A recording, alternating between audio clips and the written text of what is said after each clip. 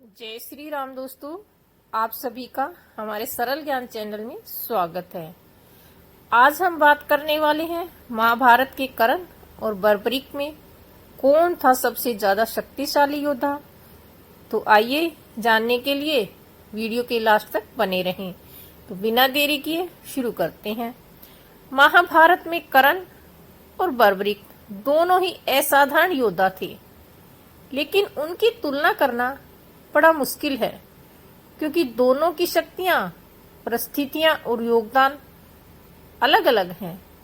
फिर भी कुछ प्रमुख पहलुओं के आधार पर उनकी तुलना की जा सकती है। महाभारत का संग्राम समाप्त हो चुका था। कुरुक्षेत्र की भूमि खून से सनी थी, लेकिन आकाश में एक शांति व्याप्त थी, जो किसी तूफान के बाद आने आई ठंडी सांस जैसी थी। धरती ने अनेक वीरों का बलिदान देखा, परंतु दो आत्माएं ऐसी थी जिन्होंने सिर्फ युद्ध नहीं बल्कि स्वयं को समर्पित किया। एक और कर्ण, सूर्य पुत्र राधे, वह योद्धा जो जन्म से ही अपमानित था लेकिन मृत्यु तक अपराजय रहा। दूसरी ओर था बर्बरीक, भीम का पुत्र, घटोत्कच का पुत्र, जिसने युद्ध के आरंभ से ही स्वयं का शीश श्री कृष्ण को अर्पित कर दिया था। इन दोनों ने भले ही युद्ध के मैदान में एक दूसरे का सामना नहीं किया, लेकिन नियति उन्हें मिलाने का निश्चय कर रखा था।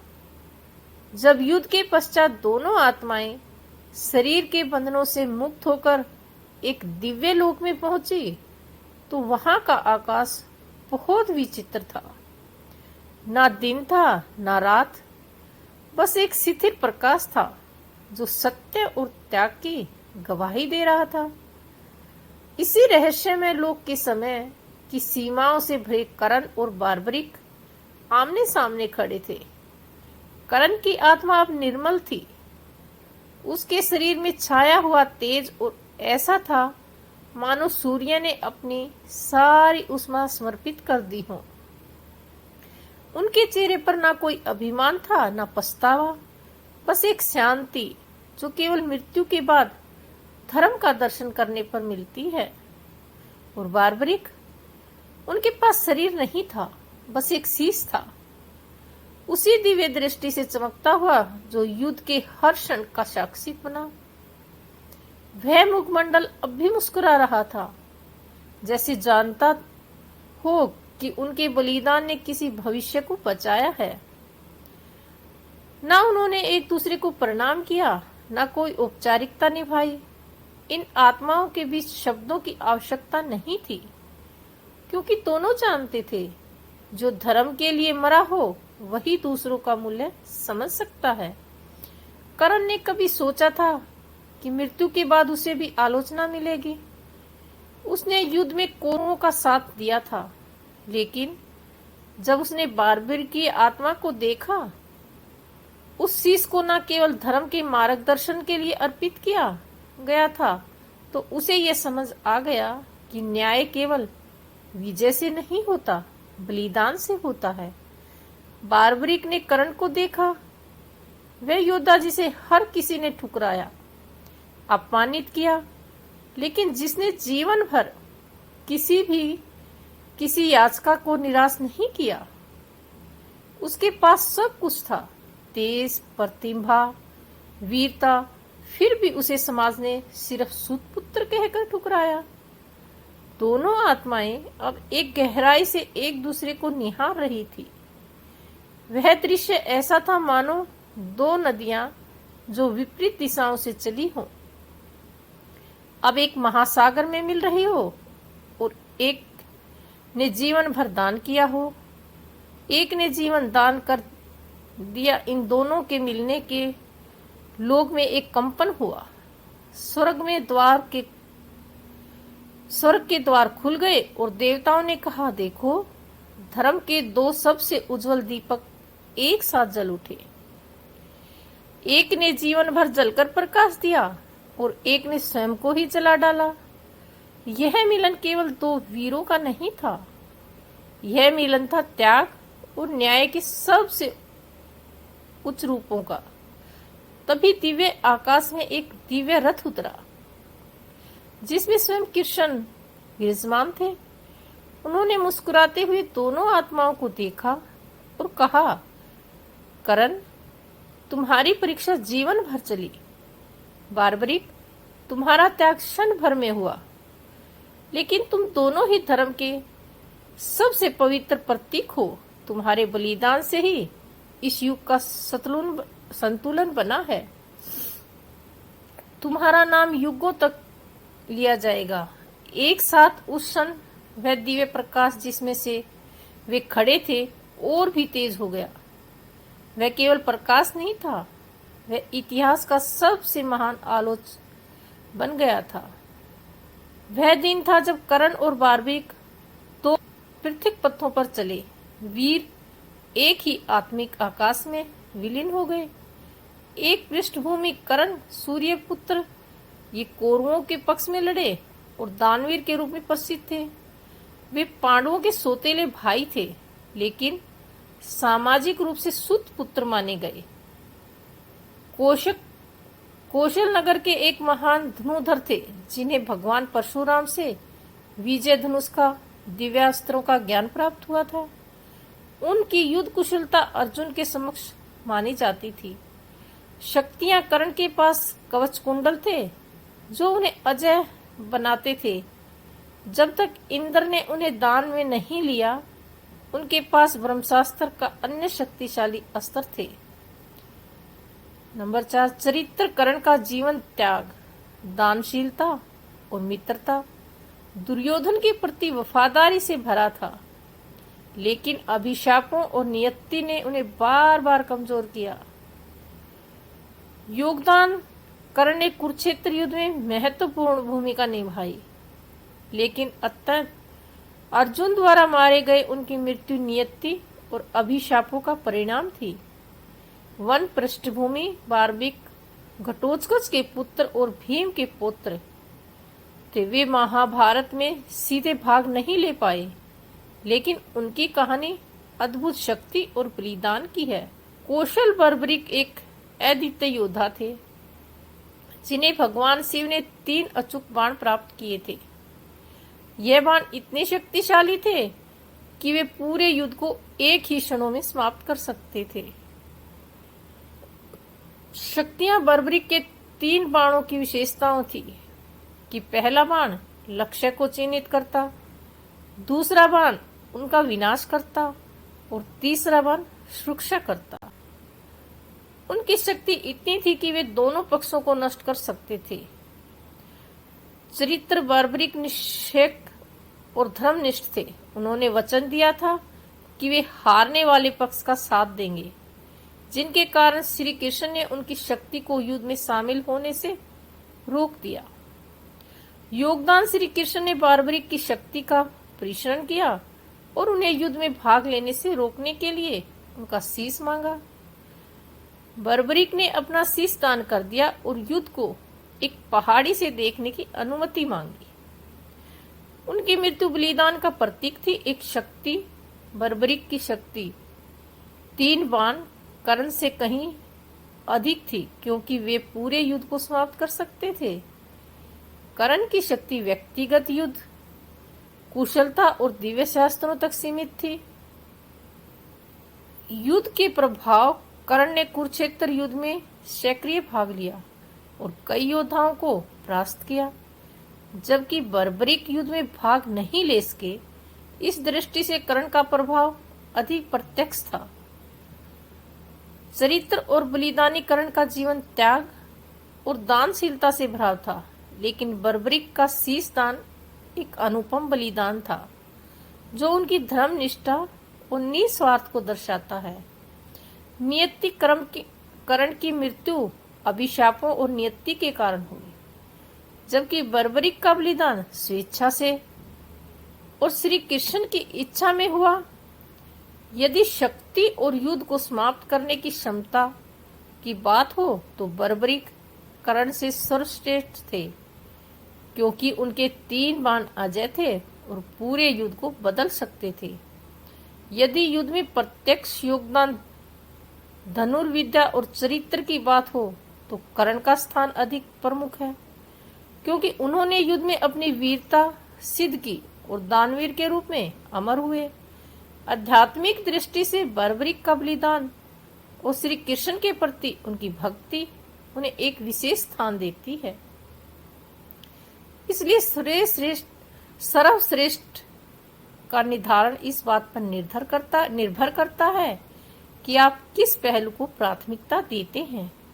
शक्ति के आधार पर, बर्बरिक और युद्ध कुशलता व चरित्र के आधार पर कर्ण को श्रेष्ठ माना जा सकता है।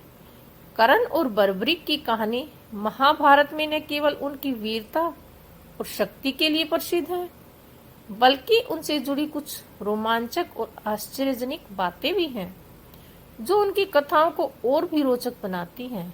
नीचे कुछ ऐसी ही रोमांचक बातें दी गई हैं। एक सूर्य पुत्र का रहस्य। कर्ण का जन्म कुंती से सूर्य देव के वरदान के फल स्वरूप हुआ था, लेकिन कुंती ने उन्हें नदी में बहा दिया। एक रथवान अधिरथ ने उन्हें पाला, जिसके कारण कर्ण को सूत पुत्र कहकर अपमानित किया गया। युद्ध के अंत में जब पांडवों को पता चला कि कर्ण उनका बड़ा भाई है, तो वह एक भावनात्मक और आश्चर्यजनक खुलासा था। कवच कुंडल की कहानी। कर्ण का जन्म दैत्य कवच और कुंडल उन्हें अजय बनाते थे। इंद्र अर्जुन के पिता ने छल से कर्ण से यह दान मांग लिया, लेकिन कर्ण ने बिना किसी हिचक के दान दे दिया। बदले में इंद्र ने कर्ण को एक शक्तिशाली वापसी शक्ति दी, जिसे कर्ण ने युद्ध में घटोत्कच के खिलाफ इस्तेमाल की थी। परशुराम का श्राप। कर्ण ने परशुराम से छल करके खुद को ब्राह्मण बताकर युद्ध कला सीखी। तब परशुराम को सच्चाई का पता चला। उन्होंने कर्ण को श्राप दिया कि उनके द्वारा सिखाया गया ज्ञान ब्रह्मशास्त्र सबसे महत्वपूर्ण समय में काम नहीं आएगा। यह श्राप युद्ध में कर्ण की हार का एक कारण बना। दुर्योधन की दोस्ती। कर्ण की दुर्योधन के प्रति वफादारी इतनी गहरी थी कि उन्होंने कई बार अपने जीवन को जोखिम में डाला। दुर्योधन ने कर्ण को अंग देश का राजा बनाया, जिससे कर्ण की सामाजिक स्थिति बढ़ी। यह दोस्ती महाभारत की सबसे रोमांचक और भावनात्मक कहानियों में से एक है। कर्ण का दानवीर स्वभाव। कर्ण ने कभी किसी को खाली हाथों नहीं लौटाया। एक बार जब वे मृत्यु शैया पर थे, तब भी उन्होंने अपने स्वर्ण दान कर दिए। यह घटना उनके दानवीर स्वभाव को और भी महान बनाती है। एक 3 बाणों का चमत्कार। बर्बरिक और भगवान शिव से 3 अचूक बाण मिले, जो इतने शक्तिशाली थे कि वे कुछ ही क्षणों में पूरे युद्ध को समाप्त कर सकते थे। इन बाणों की खासियत थी कि वे न केवल लक्ष्य को नष्ट कर, कि बर्बरिक की इच्छा के अनुसार किसी को बचा भी सकते थे। यह शक्ति उन्हें महाभारत के सबसे शक्तिशाली योद्धाओं में से एक बनाती थी। श्री कृष्ण का परीक्षण। बर्बरिक ने युद्ध में हारने वाले पक्ष का साथ देने का वचन दिया था। क्योंकि कौरव कमजोर थे, बर्बरिक उनके पक्ष से लड़ने को तैयार थे। श्री कृष्ण ने उनकी शक्ति का परीक्षण करने के लिए उन्हें एक पेड़ के सभी पत्तों को भेदने की चुनौती दी। बर्बरिक ने यह दिखाया, यहाँ तक कि एक पत्ता भी जो श्री कृष्ण ने अपने पैर के नीचे छिपाया था, उसे भी छेद दिया।